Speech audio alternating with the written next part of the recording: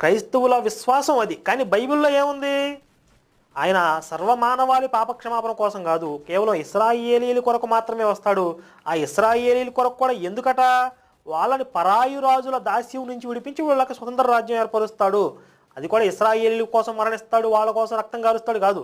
వీళ్ళని పరాయి రాజుల దాస్యం నుంచి విడిపించి వీళ్ళపై రాజుగా అభిషిక్తుడు అవుతాడు అని బైబిల్ పాత నిబంధనలో ప్రవచనాలు ఉన్నాయి ఒరిజినల్గా.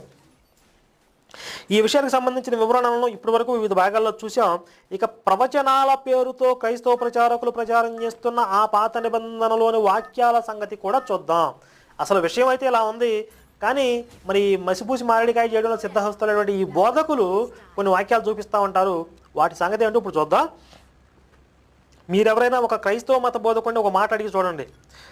ఏమనంటే, పాత నిబంధనలో యేసు గురించిన ప్రవచనాలు ఎన్ని ఉన్నాయి? పాత నిబంధన గ్రంథంలో, పాత నిబంధన